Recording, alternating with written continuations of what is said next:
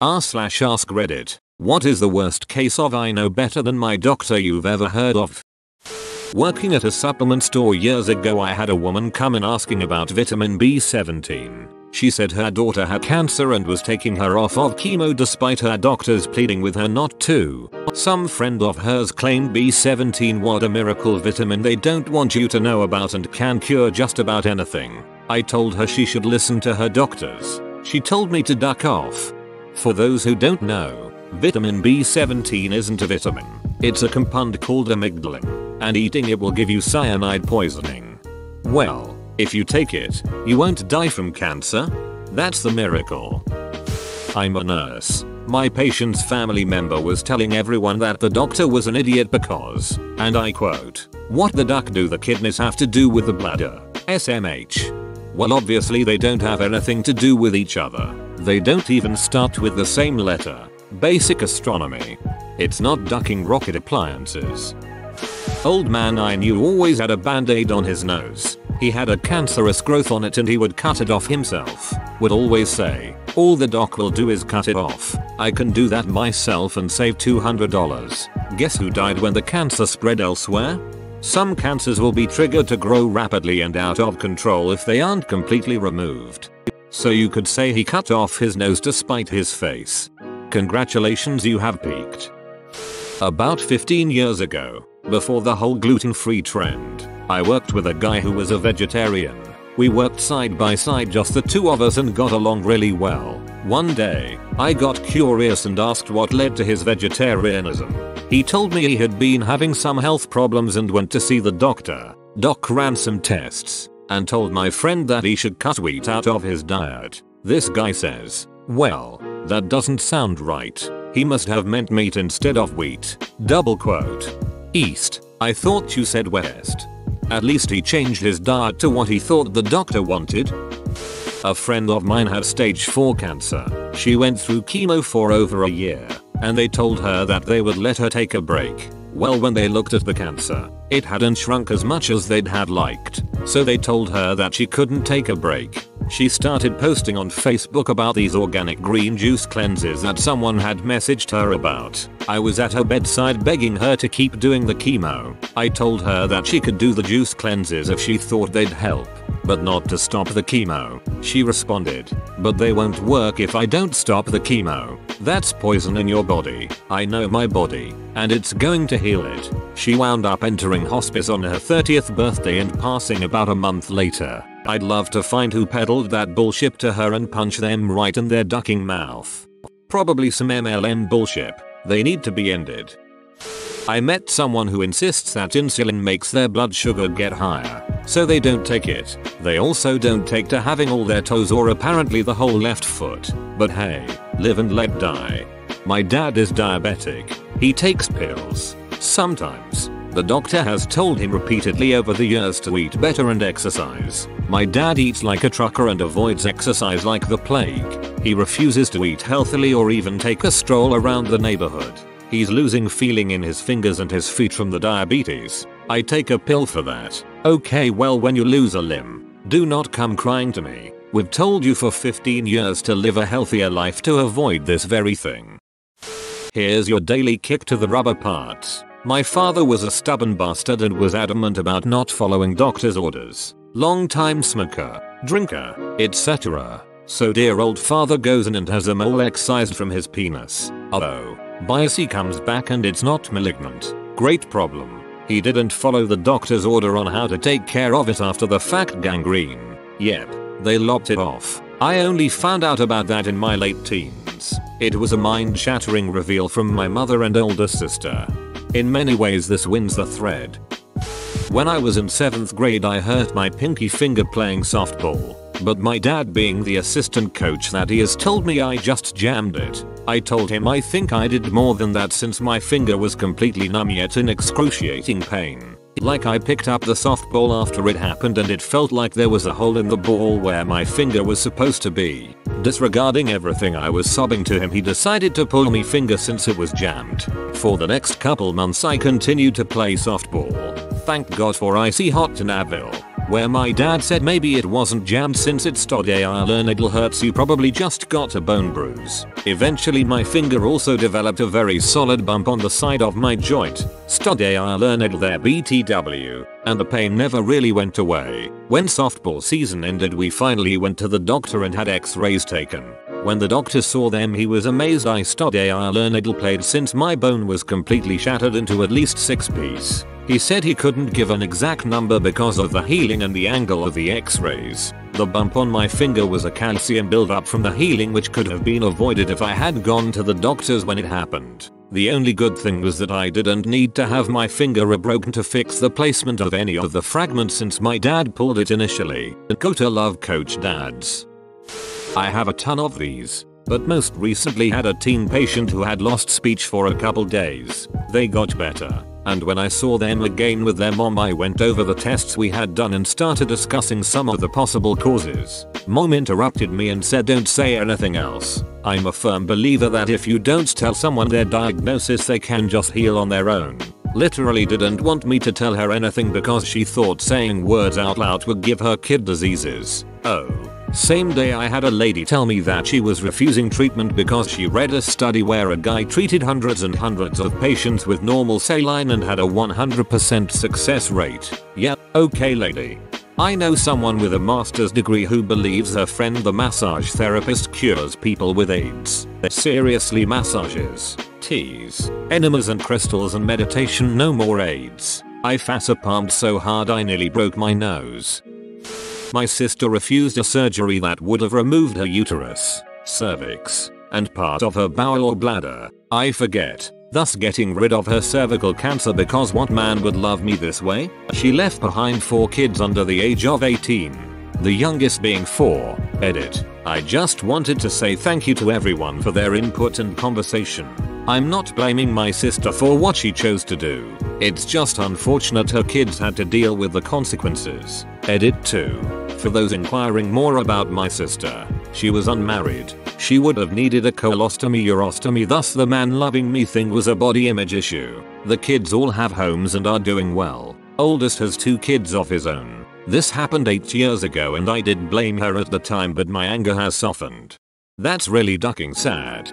Saddest part is, she thought a man's love was worth more than her life.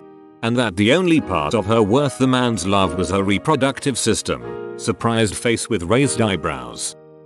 I manage social media for a public health agency. All our immunization vaccine related posts have been getting swarmed by anti-vaxxers lately. No medical training and anecdotal evidence and cherry-picked data equals we know better than science. They've now branched out to hit some of our other posts too. Breastfeeding promotion, cancer, HPV, etc. And it's getting to the point where I just want to give up, which I guess is their goal. Because they certainly aren't going to sway anyone with their dozens of long-winded comments on a single post. Edit. My first ever gold. Thank you so much, kind stranger. I really appreciate all these supportive comments.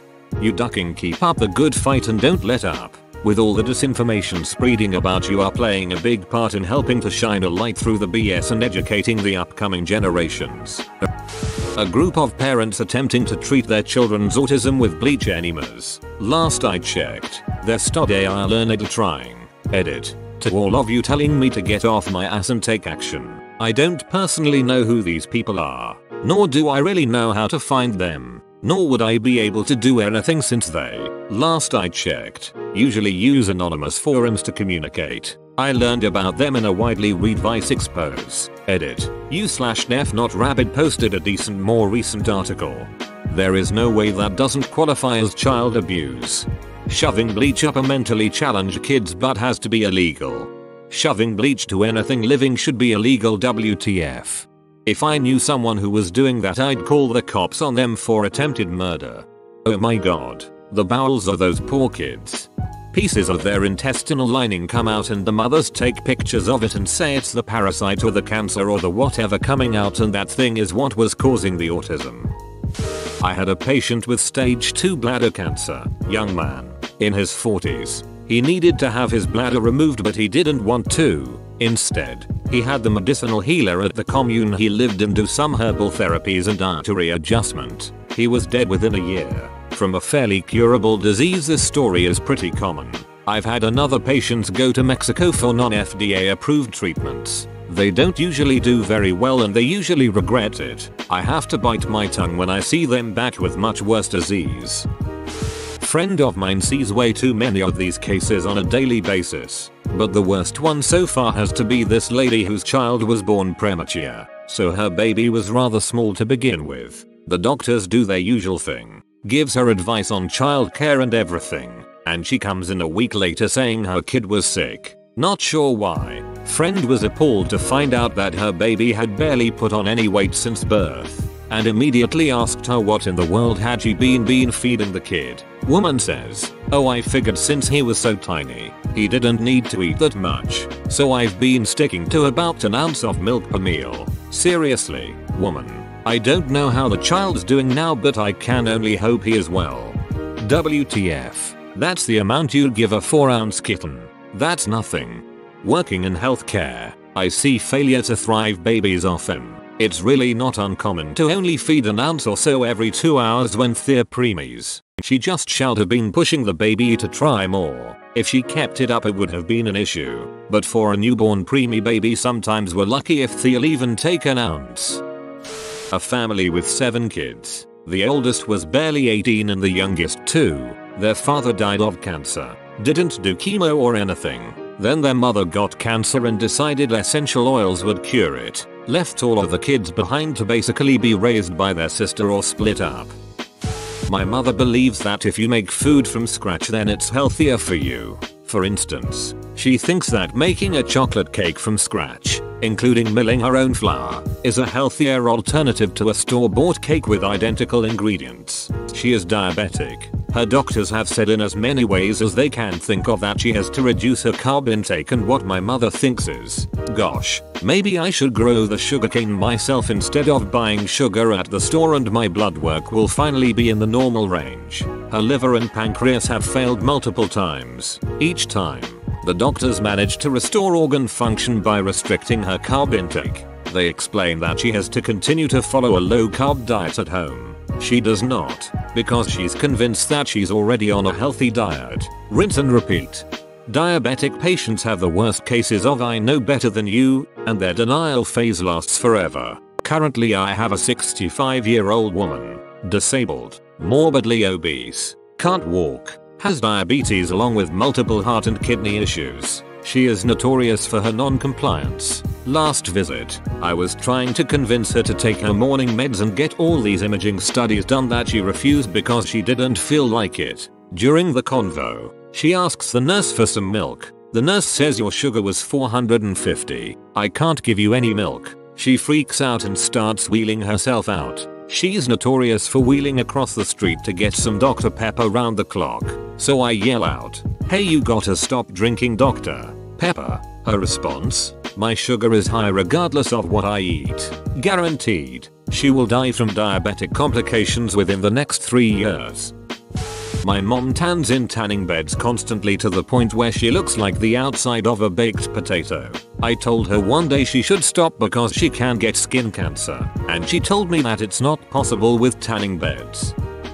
Worked for an ophthalmologist and had 2 distinct idiots at fittest category. The first one claimed she no longer had glaucoma. She had prayed it away. Her eye art begged to differ. The other was scheduled for cataract surgery and he came in for his pre-op appointment, only to tell us he had spoken with God, and God told him he didn't need surgery. I told the doctor and she said sure, cancel it. I don't feel like arguing with God today. Had a patient last month who was 20/200 in his better seeing eye from giant cataracts and decided he didn't want cataract surgery because I prayed to God to give my sight back and I know he will. I told him to come back in 6 months and that he was not allowed to drive because he was studying learned driving but only during the day to be safe. The amount of people driving who shouldn't be is alarming. This is sad and hilarious. Saw this on the news in Alabama a few years ago. Child got bitten by a timber rattlesnake. Mother said 911 wasn't necessary because she had a home remedy that her grandmother had passed down and all the child needed was to drink the remedy, take some ibuprofen, and lay down a few hours and she'd be good as new. Child damn near died. Mother lost all 3 of her children and was charged with felony neglect and endangering a child. I lived in Alabama for a while, and a lady swore to me that since her dog had been bitten by a copperhead once already, he was immune to snakebite now. If I didn't know she only had 2 kids, I would swear this was her. As a pedestrian, I got hit by a car and busted my knee open.